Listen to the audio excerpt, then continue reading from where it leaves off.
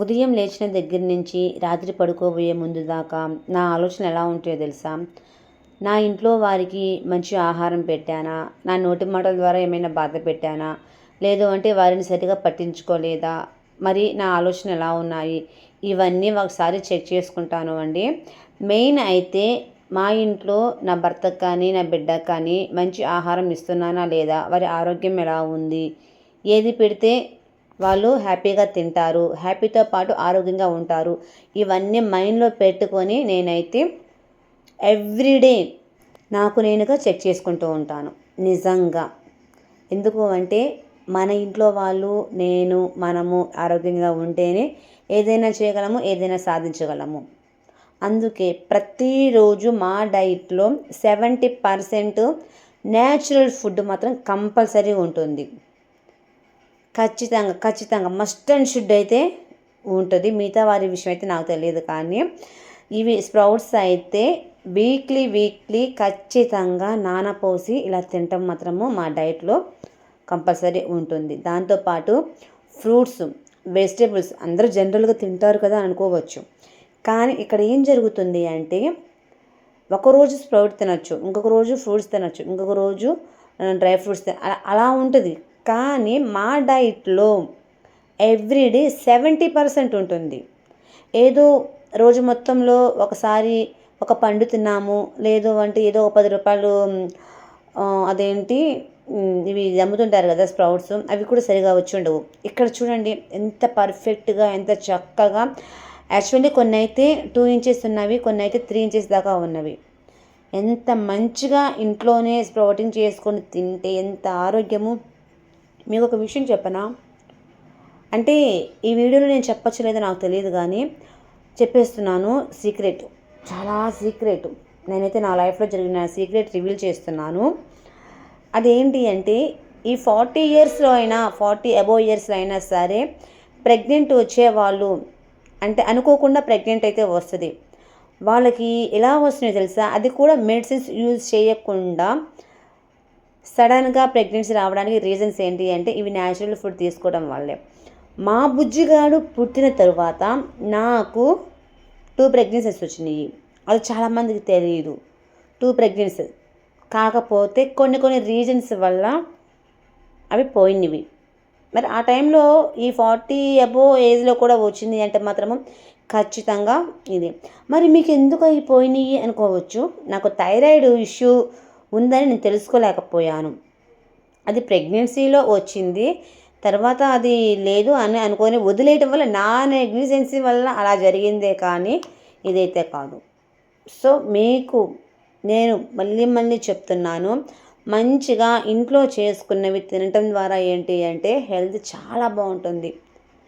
మరి ఈ ఫుడ్ తింటే థైరాయిడ్ కూడా కంట్రోల్లో ఉంటుంది కదా అని మీరు అనుకోవచ్చు. కానీ థైరాయిడ్ లేదని అనుకొని థైరాయిడ్కి పడని న్యాచురల్ ఫుడ్ కూడా నేను తీసుకున్నాను. అది క్యాబేజీ కావచ్చు, క్యాలీఫ్లవర్ కావచ్చు, కొన్ని ఉంటివి అనమాట థైరాయిడ్కి సంబంధించినవి తినకూడనివి. అవి కూడా మేబీ నేను తిని ఉండొచ్చు న్యాచురల్ ఫుడ్లో. సో అలా అయితే జరుగుతుంది అండి. మీరు అనుకోవచ్చు ప్రతిదీ ఇంట్లో చేసుకోవాలి తినాలి అంటే, మరి ఆరోగ్యం కోసం తప్పదు. నేను కూడా ఒకప్పుడు ఓపిక లేక కొన్ని అయితే బయట తెచ్చుకున్నాను. రెస్టారెంట్కి వెళ్ళాము, అది కూడా వ్లాగ్స్లో మీరు చూడొచ్చు ఉన్నవి. కానీ ఆ రోజుల్లో షాప్స్ ఉన్నప్పుడు 9:30, 10 దాకా షాప్లో ఉన్నప్పుడు బయట ఫుడ్కి బాగా తీసుకున్నాము. కాకపోతే అది ఎప్పుడు డైలీ వెళ్ళలేదు, ఏదో 3 డేస్కి వన్స్. అది కూడా ఏంటి అంటే స్నాక్ ఐటెం కోసం వెళ్ళేదాన్ని. చికెన్ మంచూరియా ఇంట్రెస్ట్ తినేదాన్ని కాబట్టి.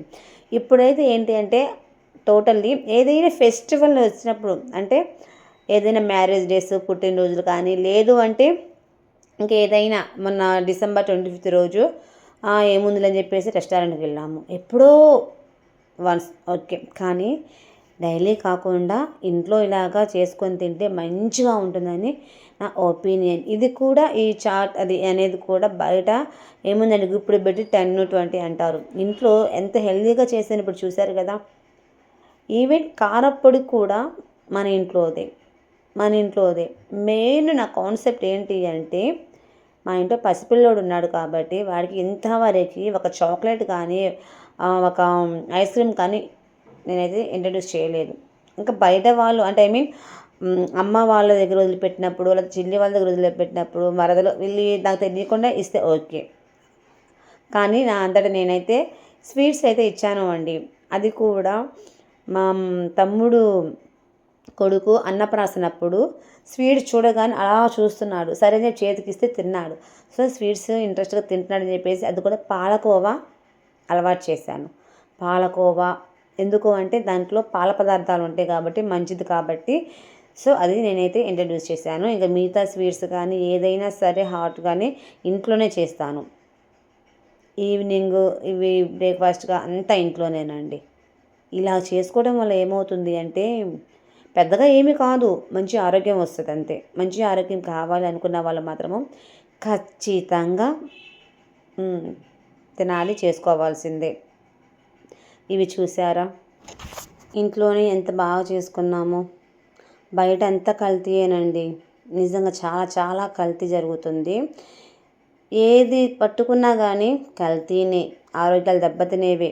అలాంటప్పుడు కనీసం ఒక 50% అయినా సరే ఇంట్లో చేసుకొని తింటే బాగుంటుందనేది నా ఒపీనియన్.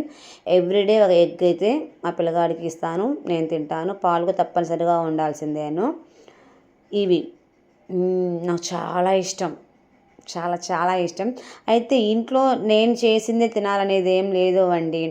ఇంట్లో ఉన్నది మేము ముగ్గురం అయినా సరే ముగ్గురు 3 రకాలుగా చేస్తాను. అంత ఓపిక అయితే దేవుడు ఇచ్చాడు. ఏముంది లేట్ కట్ చేసి గ్యాస్ మీద వేస్తే అవే ఉడుకుతీవి కదా. సో అది అన్నమాట. సో మా ఆయన ఏంటంటే కొద్దిగా స్నాక్స్ ఏదైనా చెయ్యి అంటే మా వారి కోసమేమో బురుగులు చూసారా, అది నా కొడుకు కోసము ఆయన కోసం చేశాను. నా కోసమేమో ఈ చూశారు కదా, ఇవి నాకు చాలా ఇష్టం, చిలకడదుంప. అవి చేసుకుంటాను ఎవ్రీడే ఏదో ఒకటి.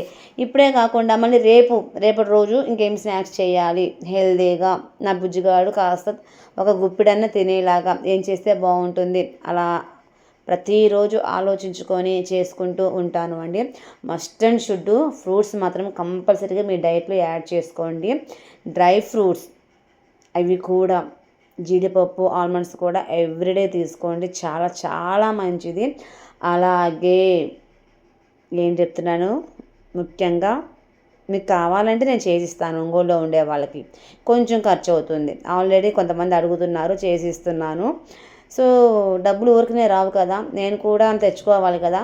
సో స్ప్రౌట్స్ అయితే చాలామంది ఇప్పటికీ నేను ఒక 6 మెంబర్స్కి సప్లై చేస్తున్నాను. కావాలి అనుకున్న వాళ్ళు మీరు కూడా నన్ను కాంటాక్ట్ చేస్తే మీకు నేను సప్లై చేస్తాను, ఓకేనా. మంచిగా 2 or 3 inches తోటి స్ప్రౌట్స్ అయితే ఖచ్చితంగా వచ్చినవి మీకైతే నేను సప్లై చేస్తాను అండి. సో ఈ వ్లాగ్ కనుక మీకు నచ్చినట్లయితే ఖచ్చితంగా లైక్ చేయండి, ఇలానే ఫాలో అవ్వండి. ఇంకా మంచిగా మనం ఆరోగ్యం కాపాడుకునేలాగా మాట్లాడుకుందాం, ఓకేనా.